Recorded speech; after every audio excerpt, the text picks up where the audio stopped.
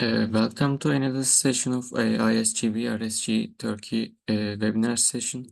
So today's webinar session will be with Professor Kiyoko. Here are social media accounts if you would like to follow us, or we highly encourage you to join us, and we would like to work with new people in our community. Today's presentation will be given by Professor Kiyoko and from Soka University, Tokyo. The topic of the presentation is hands-on introduction to GlyCosmos Portal. Now the stage is yours, dear professor. Okay, thank you. Thank you for inviting me to give this webinar. I hope it's a useful webinar for you. Let me share my screen.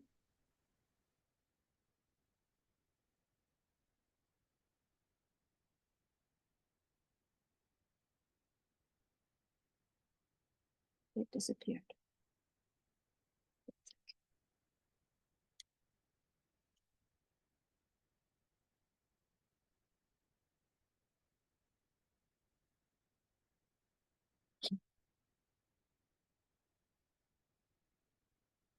Okay. Hi, so my name is Kiyoko Aoki-Kinoshita of Soka University. I'm the deputy director of the GlyCan and Life Systems Integration Center, focusing on glycoinformatics. And our main tool that we've been developing is called the GlyCosmos Portal. So I hope you will find it useful and will learn something about glycans and glycobiology. Right.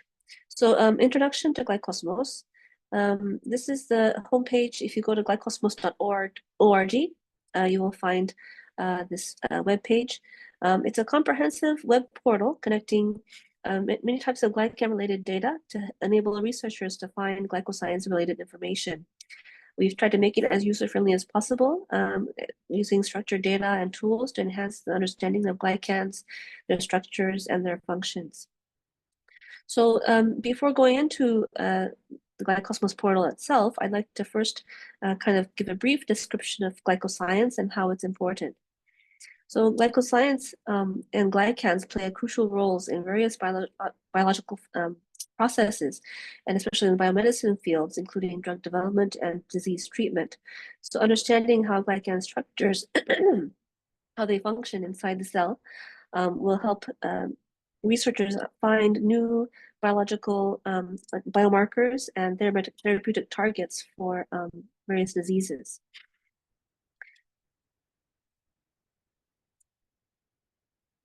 So these are the variety of glycans that are found on the mammalian cell surface.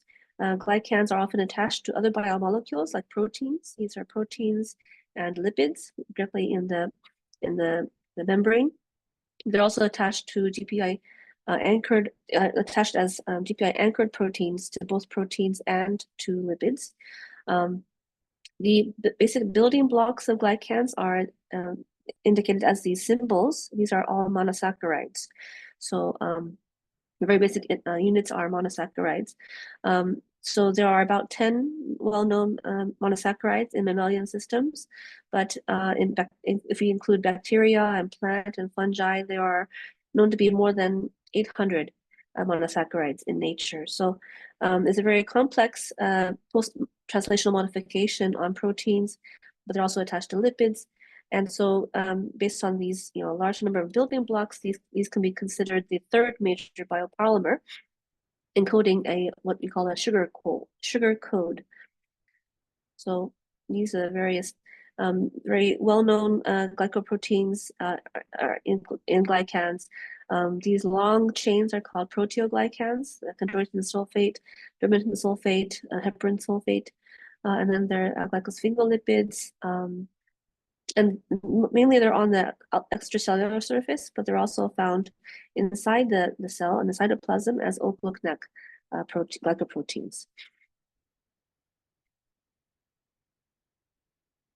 So this is a TEM micrograph of a bacterium, Bacillus subtilis, with this hair-like glycocalyx visible on its cell membrane. So although this is a bacterium, in a similar way, these kinds of every cell in our body and even the mammalian systems also have this glycocalyx.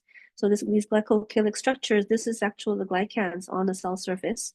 And so you can see that it's completely surrounding the cell surface, just like they are in all of our bodies. And so you can imagine that viruses need to go through these glycocalyx in order to infect cells. These glycocalyx is involved in cell-cell communications, and various receptors are on the cell surface and also interacting with these glycans as well.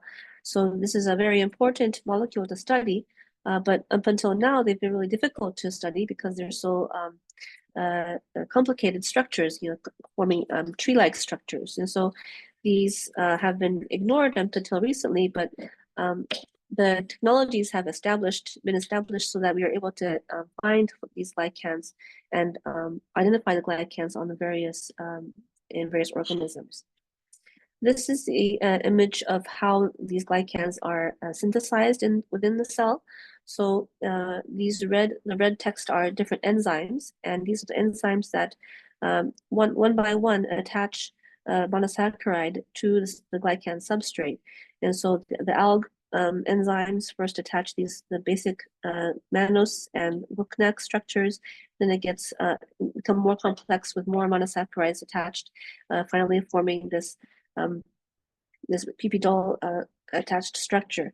Then this goes through the Golgi apparatus after getting flipped out and attached to the protein, and then they are further modified by other types of enzymes in the cis-Golgi, media-Golgi, and trans-Golgi network before finally getting to the cell surface. And so we don't know yet where exactly these enzymes are located in the Golgi. We know that they exist somewhere in there, but we don't know exactly how they work together to form these different types of glycan structures. And so this is still an area of research and an area of an opportunity for bioinformatics research as well. So I hope that through today's workshop, I can introduce GlyCosmos and give an introduction to glycans and the data that we have, and maybe make it helpful for bioinformatics research.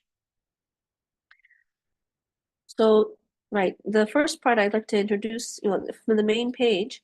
So this is the main page, and at this upper left part, or the left-hand side of the menu indicates the different main areas of GlyCosmos. So the submissions area is where usually researchers will submit their data to get accession numbers. So if they have mass spectrometry data that they often use to identify glycans, they would go to GlycoPost.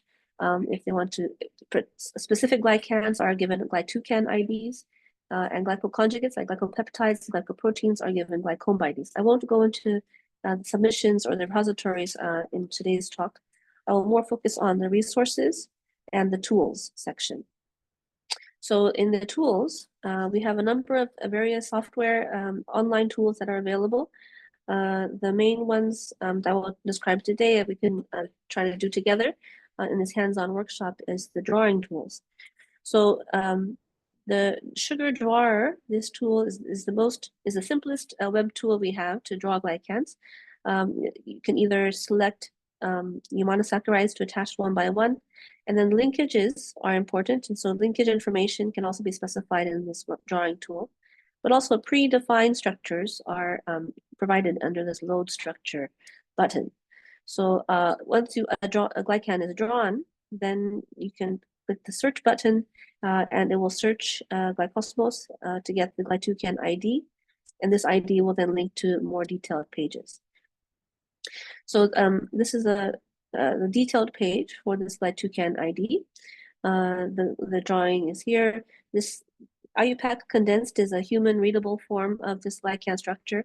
Usually we start from the right-hand side. So this the blue square is N-acetylglucosamine in the beta formation. And it has two branches. The first one is this fucose attached as an alpha-1,3 linkage. The other side is the galactose, this yellow circle, galactose attached as a beta-1,4 linkage, and then which is also modified by the sialic acid, neuraminic acid. as an alpha 2-3 linkage. And this is actually a well-known structure called Lewis X. It's often found as a biomarker for cancers. So this is a very popular, well, unpopular for cancer, but for humans, but well-known structure.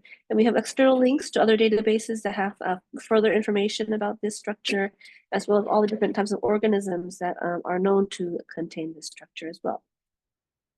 So let's try this. If everyone can go to GlyCosmos, and I will actually share my screen as well, and we can do it together.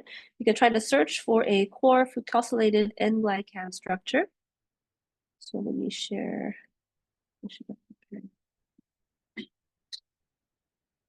Something.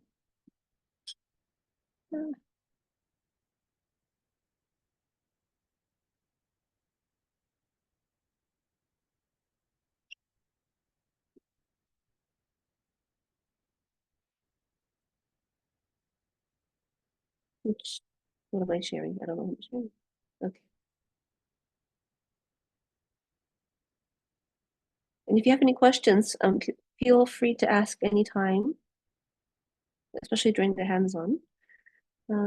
Okay, so this is the main GlyCosmos homepage. And in this top page, you'll see this area called glycan search. So this is where you can go to the search by graphic tool, and immediately you'll see the sugar jar page. So the load structure is where the various types of major glycan structures are, the main four structures are listed. So N-glycans, O-glycans, you can click on this and see the different types of structures there are. There are glycosphingolipids. These are usually attached to various fatty acid lipid structures. Glycosaminoglycans. These are the chondroitin sulfates that are found on the very long proteins. The Lewis structure that I just showed you a minute ago.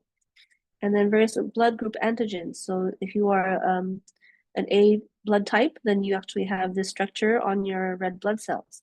A B type has this structure is different for the, instead of a N-acetylgalactosamine, you have a galactose. And then the O blood type has just these two antigens, or these two monosaccharide sensor antigens. So I was asking everyone to try to draw the fucosylated N-glycan structure. So in order to do that, you would go to the N-glycan section and then click on fucosylated core, and that will be it. So this is the fucose structure. This is called the N-glycan core. Usually they get more complicated as they get larger. They can form hybrid types of glycans, high mannose type glycans, these complex type of glycans, oligomannose type. But you will notice that the basic these five monosaccharides are all the same with N-glycan. It's this 5 monosaccharides. But oftentimes the core is fucosylated, and so this is the core fucosylated. It's called the core fucosylated N-glycan structure. So with that drawn, you can click on the search button, and it will give you this ID for this glycan, and then you can click on that and on the ID, and it will give you the entry page for the structure. So the IUPAC condensed format is written as so.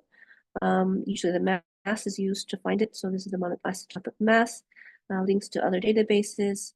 These are different organisms in which they are found. There are 9 different organisms in which it's annotated as being found in. The actual entire hierarchy is kind of complicated, so it's hidden. Links to KEGG along with PubMed IDs.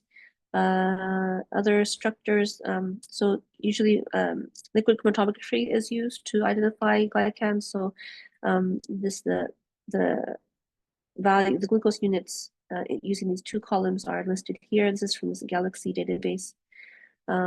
This is other structures within Galaxy that also contain this fucosylated and glycan core structure. You see how they get quite complicated. And then what's under core proteins, this indicates the different proteins on which this glycan has been found.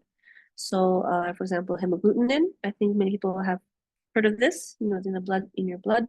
All these different structures contain this core phosphorylated structure.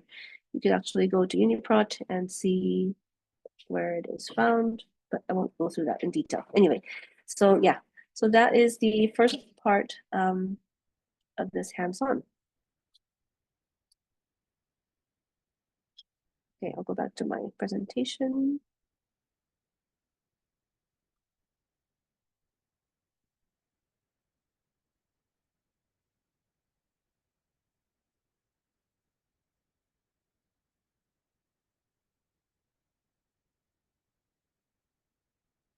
Okay. Right. So after you've clicked on the IDs, you can go deeper into the structure. So other tools that we have in GlyCosmos include this GlycoMaple tool. This is very popular for biologists who have RNA-seq data. If they have transcriptome data that they used for a particular disease or something, and they can upload that into this tool called GlycoMaple, and it will show you the different pathways in which glycans are involved and visualizing the expression values on the pathways. So, for example, in this HEC293 cell, this was taken from the Human Protein Atlas. All these different pathways are available for glycan biosynthesis, but here you can see that these enzymes are very highly expressed, whereas these are non-existent, so they're very lowly expressed. So you can assume that, for example, like this is red, so these structures cannot be developed. So you would not find these structures, these glycans, in the sample, whereas you might have more of these like Dynac structures, or you might find more of the polylactosamine structures through this pathway. So it gives an idea, instead of having to perform mass spectrometry to identify the glycans in the sample, gene expression is used as a way to kind of predict the types of glycans that might be there. Of course, just because RNA-seq that the expression level is there does not mean that it's actually has activity. Because it requires other, the substrate specificity, substrate availability, and things like that. But it's an easier way to try to analyze the sample. So GlycoMaple has been recently updated with also mouse data. So we had human only before, but mouse-related pathways are also now available. Also, there's a section called glycomes in GlyCosmos Portal. So we have these three tools. Total glycome database has not been updated recently, so it's kind of buggy. But Glycom Atlas and LM Glycom Atlas has been updated. So this is a snapshot of the zebrafish in the Glycom Atlas tool, where you can click on different tissues in human, mouse, or zebrafish, and all the glycans that have been identified in those tissues can be visualized. Conversely, you can click on one of these glycans, and it will also highlight the other tissues that contain that glycan as well. So it goes both ways, and it works for both human and mouse. We hope to improve this, add more species to this in the future. For LM Glycom Atlas, this has been updated recently. This is a collaboration with the Kuno Laboratory at AIST here in Japan. LM stands for lectin microarray. So it contains the experimental data from lectin microarray experiments. Currently, there are these different mice that have been analyzed, and they're different tissues. Basically, slices of these tissues have been analyzed using lectin microarrays to identify the different areas in which certain specific lectins have been highly expressed. So as you may know, lectins are proteins that bind highly to glycans, and many lectins are specific to certain types of glycan structures. And so by understanding which lectins are highly expressed in specific areas, that gives you an idea of what kind of glycans might be there. So it's another way to avoid having to do mass spectrometry and quickly be able to analyze a tissue for the glycan structures. So as an example, this is this is using the C57 black mice that have been analyzed. This was clicking on the brain. By clicking on the brain, then you can go see the different areas which have been analyzed using the electron microarray. And then clicking on the averages, you can see the strength of the different lectins that have been analyzed in those sections. So I think these are eventually, if they're not now, they should be in the future, be linked to the GlyCosmos lectin section, which will give you more information about the different glycans, is the exact glycans that they bind to, which I will introduce in a bit. So, right. So the data part of GlyCosmos basically uses semantic web. So I'd like to first briefly describe what is semantic web. It's also known as linked open data, or LOD. So the LOD cloud, it looks like this. It's basically the whole internet, or the whole web, is used as a database, and various areas of research are linked together using this LOD, the semantic web. So basically, semantics, meaning is added to data, and that data is all stored on the web.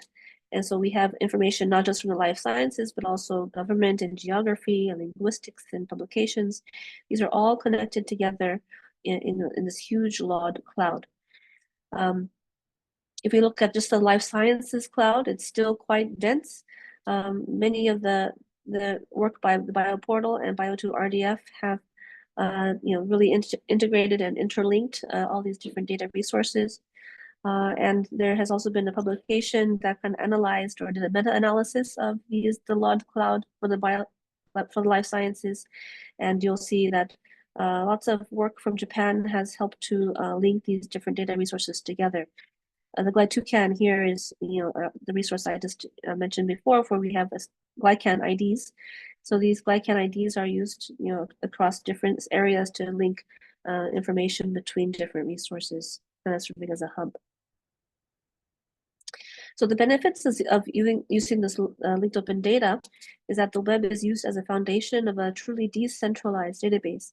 There's no need to set up or manage a central database. Anyone can join the cloud, and it's truly open and shareable data. So it's easy for reuse and mashup. As you can see, it's also cross-domain and cross-discipline. It's also a very simple format. It's just a triple format of subject, predicate, and object. And so it's a really,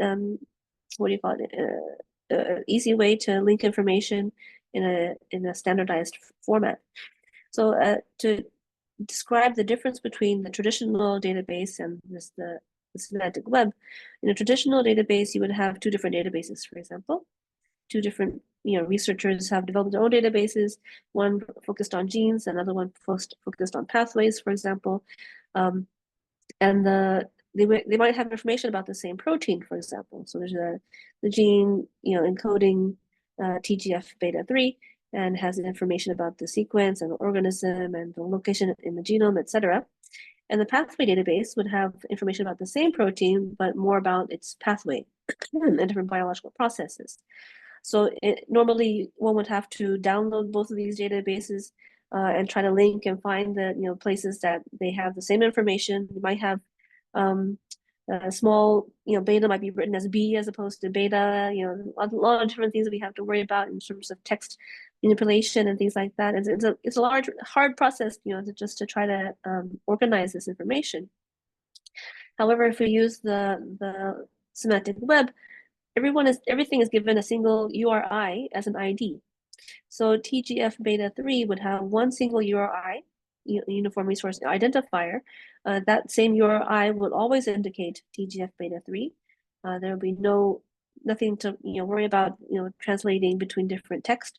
And then by using that same URI, we can link all these different information together on the semantic web. So it makes it much easier to integrate various heterogeneous types of data sets together.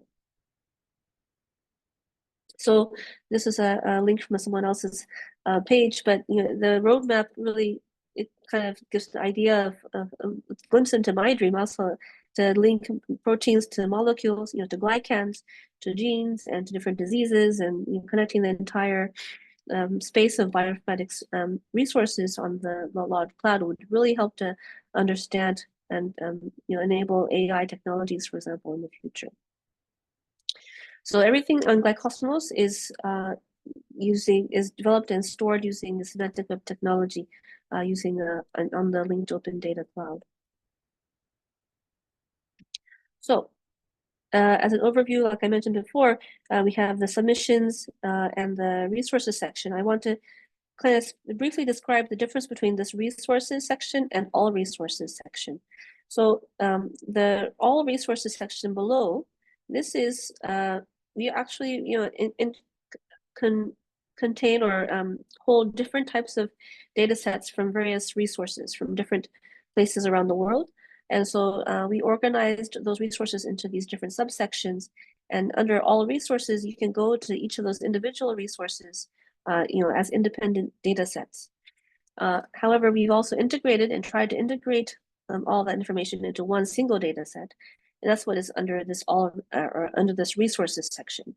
So the above part with these different icons, these icons indicate those integrated data sets, whereas the all resources is each individual data set individually under these different categories.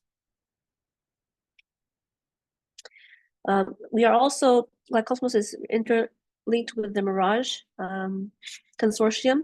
So the Mirage consortium, Mirage stands for Minimum Information Required for a Glycomics Experiment. And it is a consortium that tries to set up guidelines for biologists, glycobiologists, to ensure that they report the minimum information about their experiment so that other people can replicate their work. And so they provide lots of metadata and structures about mass spectrometry data, LC data, glycan arrays, to ensure that the minimum data is always reported. And so we work closely with Mirage when we developed our repositories so that we ensure that the Mirage guidelines are followed whenever anyone uploads data to GlycoPost or Unicarb DR or GlyTouCan.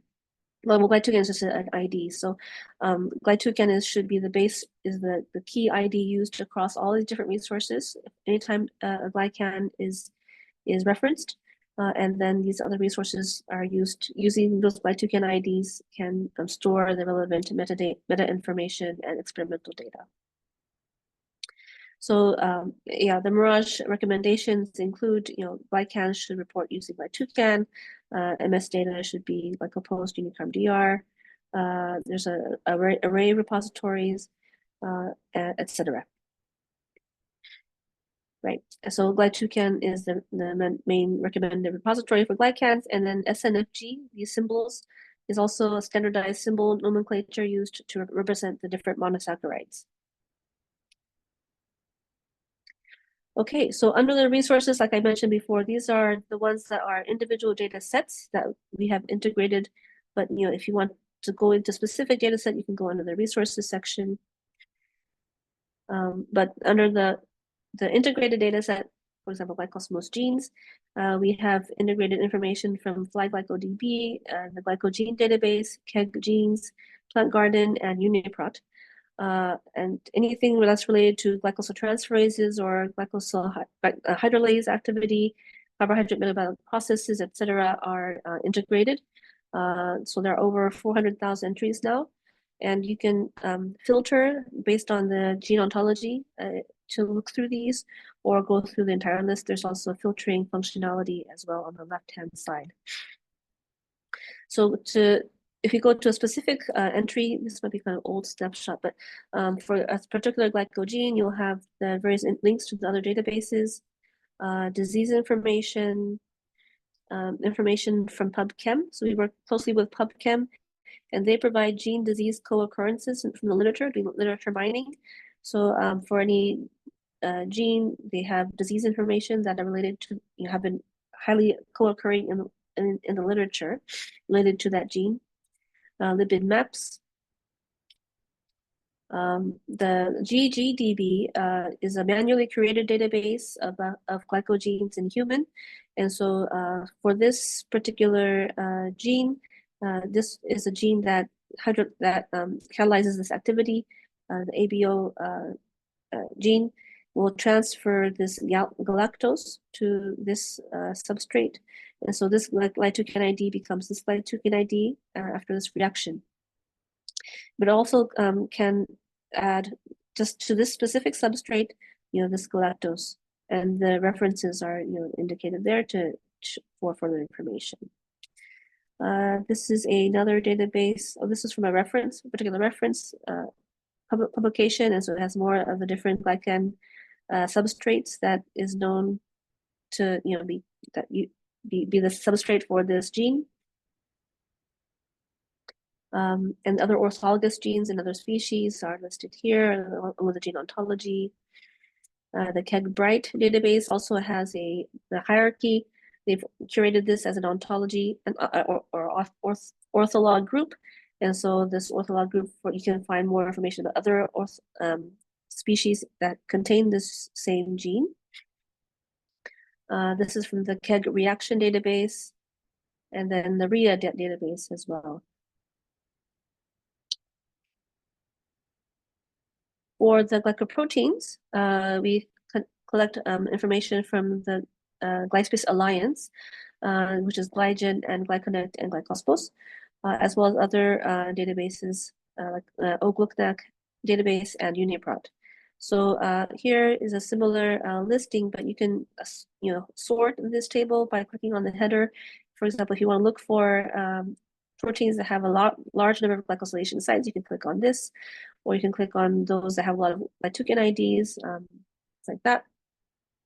The spike protein from SARS-CoV-2 has a lot of glycans that have been analyzed on it.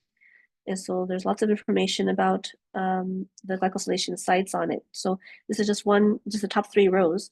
But in this specific position number 17, there have been a lot of glycans identified. These are glycan compositions because it uses mass spectrometry. But these publications have reported these glycan compositions at those sites. But there's also these O-glycan structures as well. For this other protein, uromodulin, there are other information about where it's highly expressed in the Human Protein Atlas. PDB structures are also shown. This is using the SNFT symbols. So you can see using the SNFT symbols where the different glycans are on the protein itself in 3D.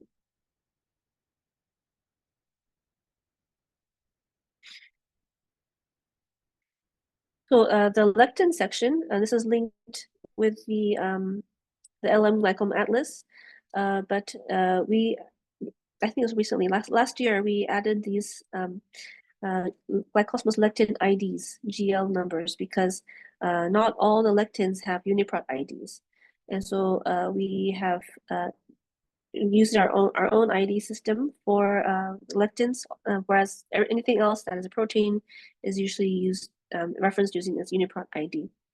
So under GlyCosmos lectins, we are integrating these different data resources. Each data entry will have a listing of the data of the glycans that it highly binds to. So if it has been analyzed using the lectin frontier database, LFDB uses data that has been analyzed using a technology called frontal affinity chromatography, or FAC, where there's a column with the lectin frontal affinity chromatography. So it has the lectins in the column, I think, and then the glycans are passed through. I forget. It's one or the other. So by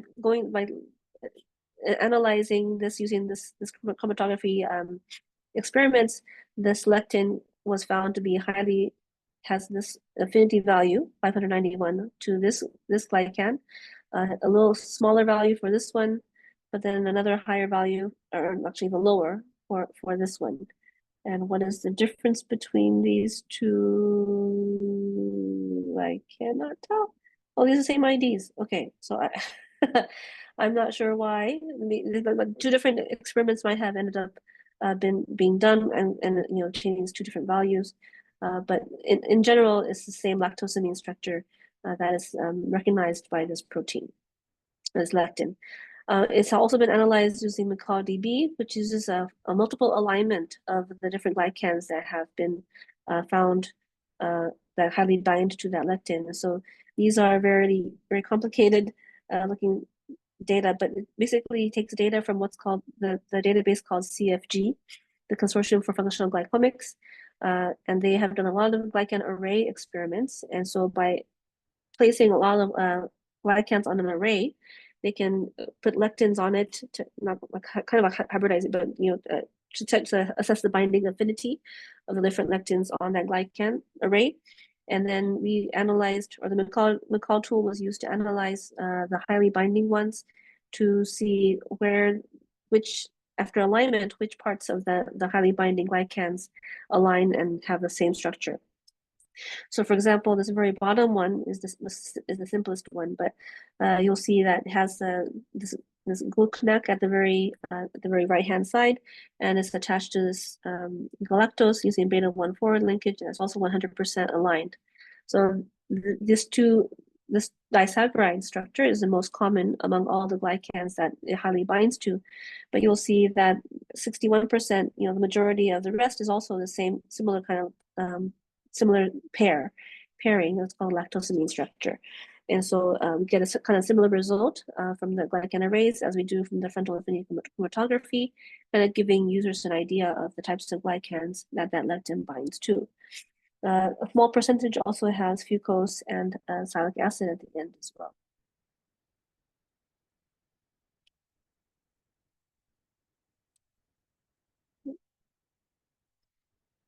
Okay. Oops, no, sorry. Is that it? Where was I? Lectins, right?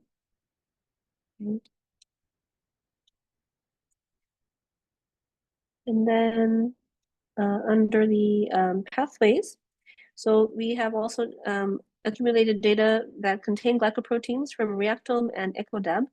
EcoDab is a database of E. coli O antigens. So they all have specific species. So you can do a keyword search. So in the screenshot, I've typed in keratin, and it lists the 3 different pathways that contain the word keratin in them. By clicking on selecting keratin sulfate degradation and then selecting the species, it will display this pathway. Initially, the pathway itself might be kind of jumbled together because it's an interactive pathway drawer. So you can move them around and adjust them as you would like to see.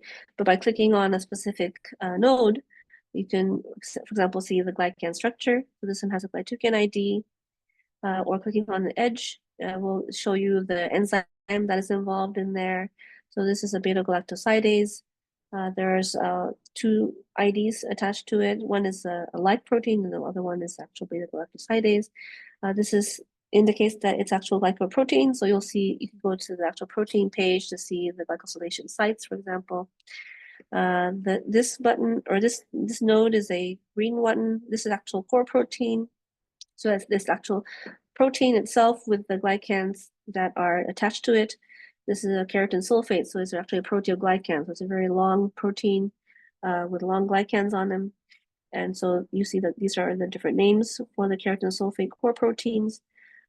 This icon also indicates it's a lectin as well. So this one is both the glycoprotein and a lectin. So it has glycans attached to it, but also recognizes other glycans as well. So this kind of information can be seen, right, the glycoprotein page that's shown here. So it's a way to kind of illustrating how everything is all integrated together, and into one view.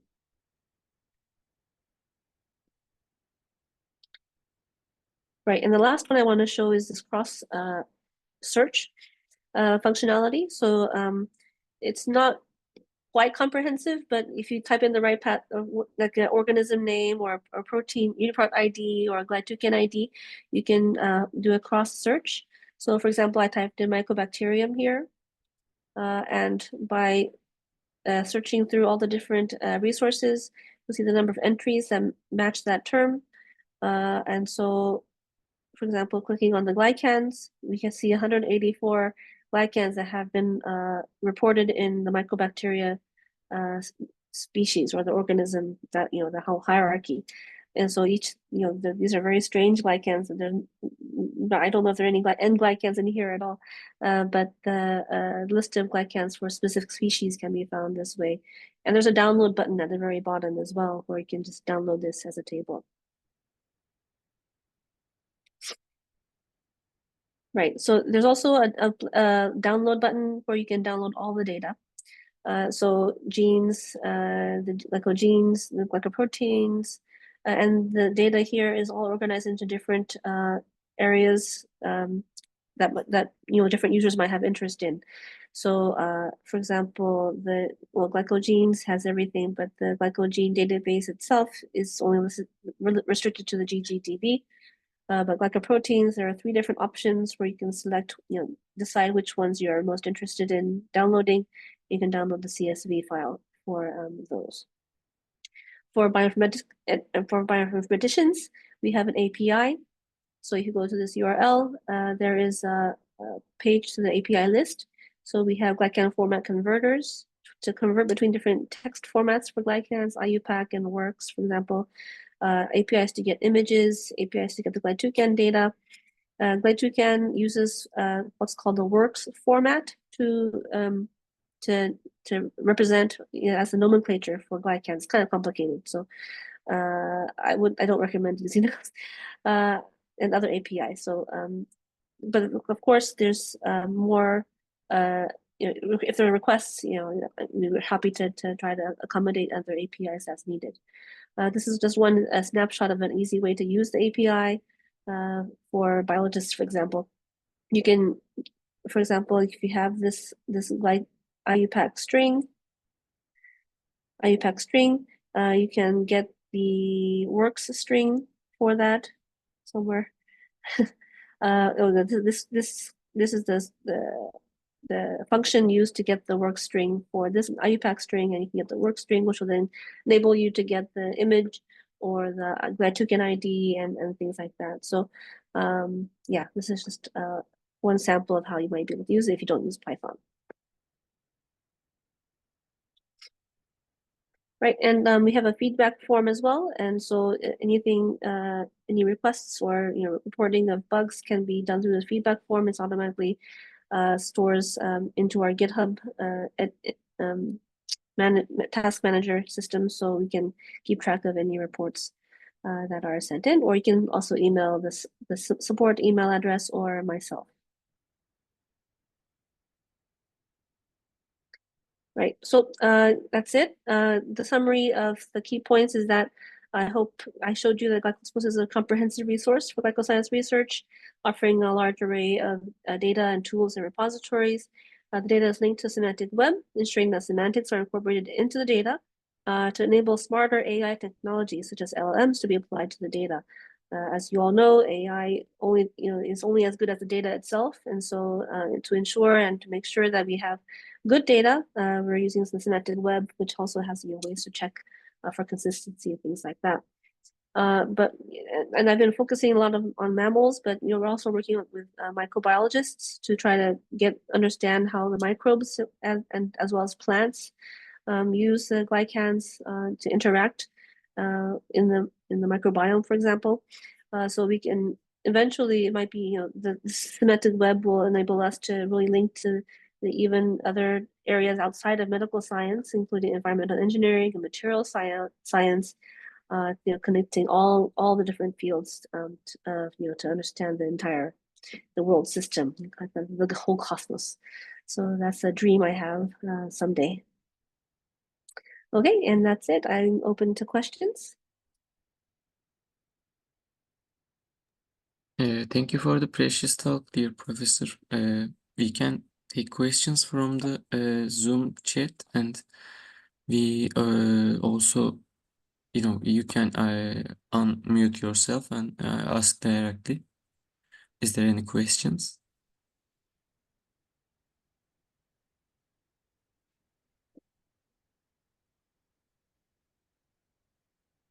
Okay, there is one from the chat box. And so I don't know whether it is on the screen, but I'm reading. Thank you, Professor Kiyoko, for an excellent session. Does the GlyCosmos portal provide direct access to glycan structures as human-readable IUPAC codes through its database or APL without requiring manual structure drawing? Additionally, since certain glycans serve as cancer biomarkers, does the portal allow for biomarker annotation or provide existing biomarker metadata that can be exported alongside the structural information? I am interested in incorporating both the structural representation and biomarker annotation as features for machine learning applications focused on cancer glycomics. Okay. Yes. So you can download all the glycan and data from, like I said, the download page. So I think that is there. We don't have biomarker information on our site, but we are collaborating with GlyGen. So if you go to glygen.org, I think they have biomarker information actually. So that might be another resource to look into. But everything they also use, our GlyTouCan IDs. So I would start with the GlyTouCan IDs, and then get the IUPAC and I think other I forget the other formats that we have for glycans. Let me check. So if you go, should I share my screen? The GlyCosmos Portal. Then go to the download, and then the glycans here. Yeah, we have the works IUPAC, works and IUPAC. This is probably what would you want to get first. Then we have other information for PubChem and KEBI, but GlyGen also uses the GlyTouCan IDs, and so you can use that as well. We also have lots of other information for taxonomy and tissues. You might want to also look into those as well. I hope that's helpful.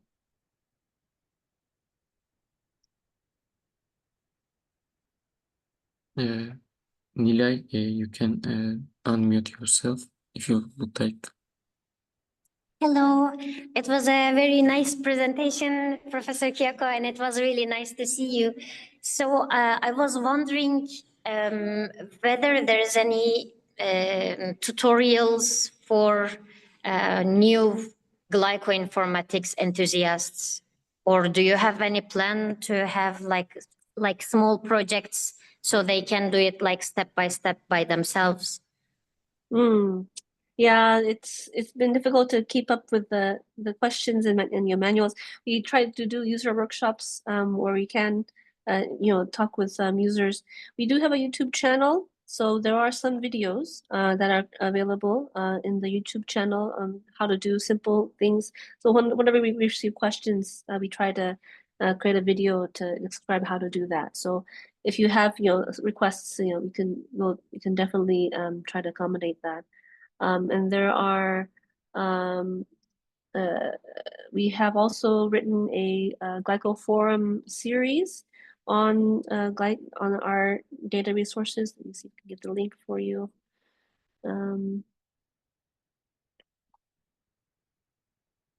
Right, glycan databases. So I'll send the chat to everyone. So this is also, it's kind of a little bit old, but it kind of describes all the different databases that we have in GlyCosmos as of 2020. It kind of also is kind of it can be used as a tutorial as well. It's a very brief description of what we have. I also saw I just saw when you said that, I just saw the YouTube channel. So I believe I need to just go in and see what's there. So this is so, in my opinion, it's very a new area for me, and I need to work hard about it. So thank you very much for your today's talk. Thank you. Thank you very much.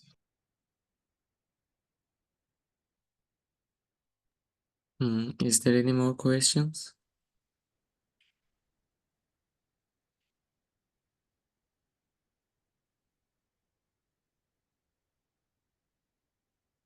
So I think that was all.